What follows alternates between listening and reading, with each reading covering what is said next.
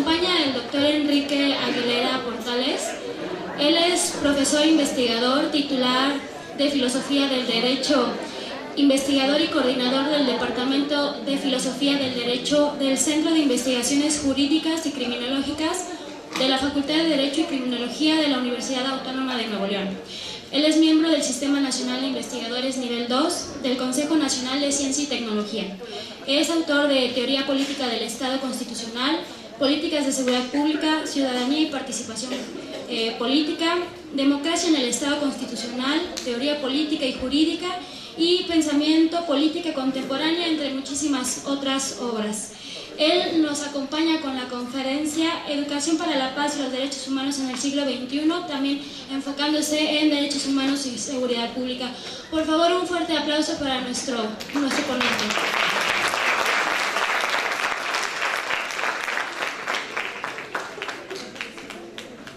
Muchas gracias a todos y, bueno, en primer lugar agradecer la amable invitación a participar de este congreso de criminología, a los coordinadores, en este caso a la maestra Carla Monroy, igualmente a Wael, a todos los que han hecho o de alguna forma han sido parte de la organización de este evento, que bueno, pues es una ágora, una plaza intelectual muy necesaria para el debate de la criminología precisamente aquí en México, debido a la circunstancia y la situación que estamos viviendo.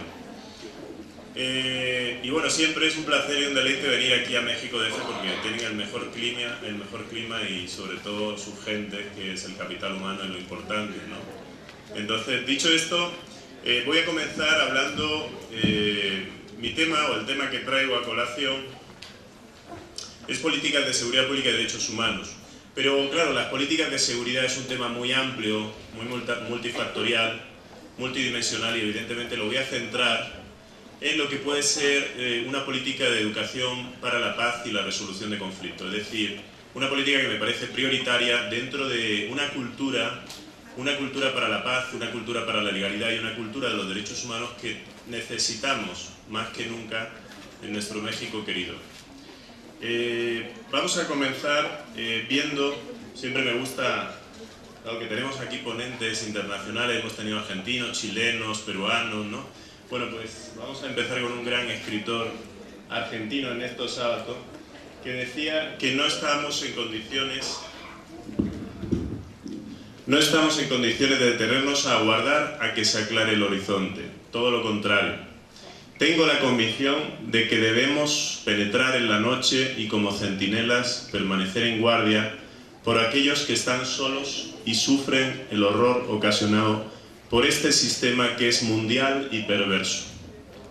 Tenemos el deber de resistir, de ser cómplices de la vida en su suciedad y su miseria. Nos debemos un gesto absoluto de confianza en la vida y de compromiso con el otro.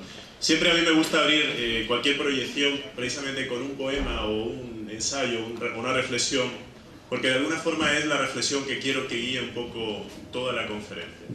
Creo que enfatizaría sumamente esta necesidad de tenemos el deber de resistir, de ser cómplices de la vida, pese a su suciedad y su miseria, y nos debemos un gesto absoluto de compromiso y confianza, no solo con el otro, sino con la vida.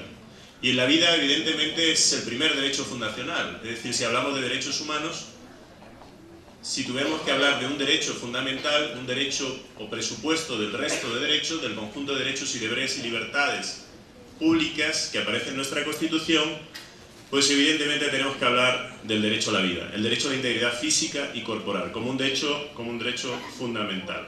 Por tanto, yo creo que estamos en una situación de incertidumbre, de perplejidad, de encrucijada, sobre todo por la génesis rápida de ese pluralismo cultural, por una economía mundial perversa que aplicando políticas de ajuste estructural a través del Banco Mundial y el Fondo Monetario Internacional ahoga y extorsiona las economías nacionales, un proceso de globalización económica sumamente perverso y difícil, que no precisamente ayuda a una globalización jurídica de los derechos humanos. No precisamente frente a la globalización económica que estamos viviendo a nivel internacional. Ya México lo vivió en 1994, cuando ustedes saben que hubo una crisis económica terrible. El mismo efecto lo vivió Argentina, Ecuador, ahora lo está viviendo la Unión Europea.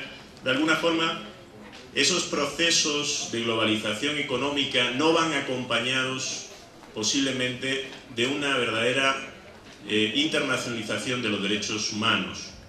Y bueno, en el contexto internacional que estamos diciendo esto, se requiere también, evidentemente, pues ejercer políticas de seguridad pública, políticas de prevención frente al crimen, porque evidentemente cuando en un Estado se sacrifica algo, lo primero que se sacrifica son los derechos humanos, ¿no? La dialéctica entre seguridad y libertad, seguridad y derechos humanos, lo hemos visto en nuestro país vecino de Estados Unidos con la guerra contra el terror, Al-Qaeda, el terrorismo internacional.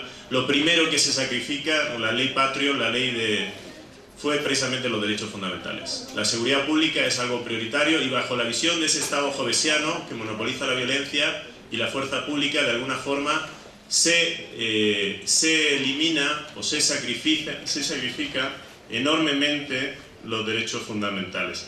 Estamos en lo que ya Francisco Victoria, que fue el padre del derecho internacional, hablaba de la Communitas Orbis en 1492, cuando se produce el descubrimiento del Nuevo Mundo y se produce la primera globalización. La globalización posiblemente no es un fenómeno solo reciente de la computación y de la era digital y las nuevas tecnologías de la comunicación, sino que la globalización de esa Communitas Orbis, en el Ius Communicationis, el derecho a comunicarnos, a generar precisamente préstamos culturales y ese contagio internacional, se produjo en 1492. Ahí evidentemente entramos en una codependencia y una interdependencia que constituye, yo creo que el factor principal que estamos viviendo a nivel internacional. Como muchas veces las políticas nacionales de criminología o de políticas de seguridad pública requieren no solo una vertiente nacional del Estado, sino una vertiente internacional, una vertiente de cooperación entre los distintos Estados-nación, pese a que los Estados-nación, sabemos, están en una grave crisis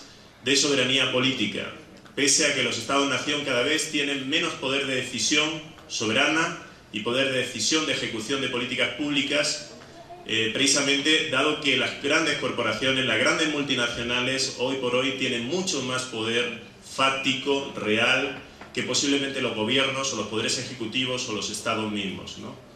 Por tanto, yo creo que los desequilibrios económicos, sociales, también repercuten notablemente en la aparición de la criminalidad, porque son un excelente caldo de cultivo. La desigualdad social, la desigualdad económica es un excelente caldo de cultivo precisamente para la delincuencia organizada, ¿no?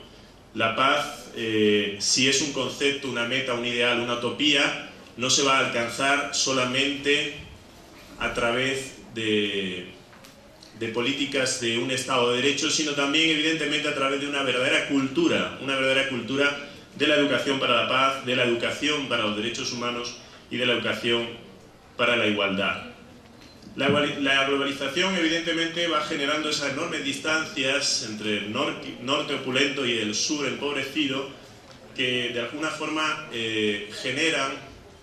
generan amplias capas de empobrecidos, mayorías de empobrecidos, y que fabrican diariamente, bajo esas políticas de ajuste internacional, se fabrican diariamente pues hambrunas, se fabrican enfermedades de la infancia, se fabrican evidentemente marginalidad, discriminación, etcétera, ¿no? Por lo tanto, yo creo que la globalización económica tiene que ser contrarrestada notablemente por esa globalización de los derechos humanos, por una codependencia o la aparición de instituciones que generen una gobernanza internacional, ante un vacío y un caos internacional, que es el caos que estamos viviendo actualmente, ¿no? No hay ninguna institución, ni siquiera Naciones Unidas, que ya fue una organización ideada por Immanuel Kant como una especie de república de estados libres, de estados federativos, que generase una paz internacional frente a los conflictos internacionales, los conflictos bélicos mundiales. Sin embargo, ni Naciones Unidas, debido a que su Consejo de Seguridad responde todavía a una realidad de 1945 y por el derecho de veto de las 5 potencias, evidentemente no es suficientemente democrático. Naciones Unidas sigue siendo una organización secuestrada por esas potencias internacionales que se configuran. Por tanto, requerimos evidentemente, frente al vacío internacional, frente al vacío de la gobernanza global, frente al vacío que estamos viviendo, evidentemente necesitamos generar esa globalización de los derechos humanos y generar una globalización evidentemente internacional también de las instituciones y organismos internacionales públicos que generen políticas de cooperación entre los países. Estamos viendo, por ejemplo, la frontera del norte, ¿no? Como la facilidad con que pasa por nuestra frontera norte la droga hacia Estados Unidos y entra una cantidad ingente de armas, de comercio de armas, que es también un fabuloso negocio de Estados Unidos, ¿no? Lo estamos viendo. Es decir, no hay una suficiente cooperación, no hay un suficiente control de ambos lados de la frontera, y yo creo que es necesario también ajustar ese tipo de políticas. La paz, sin duda, es un concepto dinámico, es un concepto ambiguo, múltiple, pero podemos distinguir dos conceptos de paz. Galtung ya habla de un concepto de paz positiva y un concepto de paz negativa, ¿no? Es decir, un concepto de paz positiva en el sentido de práctica de la justicia, de realización de los derechos fundamentales y de las libertades. Es decir, una sociedad pacífica, una sociedad que viva en paz, va a ser evidentemente una sociedad que genere una cultura de los derechos humanos y una cultura de la legalidad. La paz normalmente la hemos entendido en sentido negativo, como si quieres la paz, ármate para la guerra, ¿no? Prepárate para la guerra. Es el concepto de pacis romana, es decir, de paz romana, que era, bueno, pues el periodo que comprendía entre guerra y guerra, es decir, entre las conquistas y las anexiones que hacía el Imperio Romano. Pues evidentemente esos periodos, esos intervalos que había entre guerra y guerra, se le llamaban paz. Ese es un concepto un tanto negativo de paz, y evidentemente donde hay desigualdad, donde hay injusticia, donde hay violencia, no puede haber paz. No puede haber paz, no puede haber evidentemente una práctica de la justicia, sino todo lo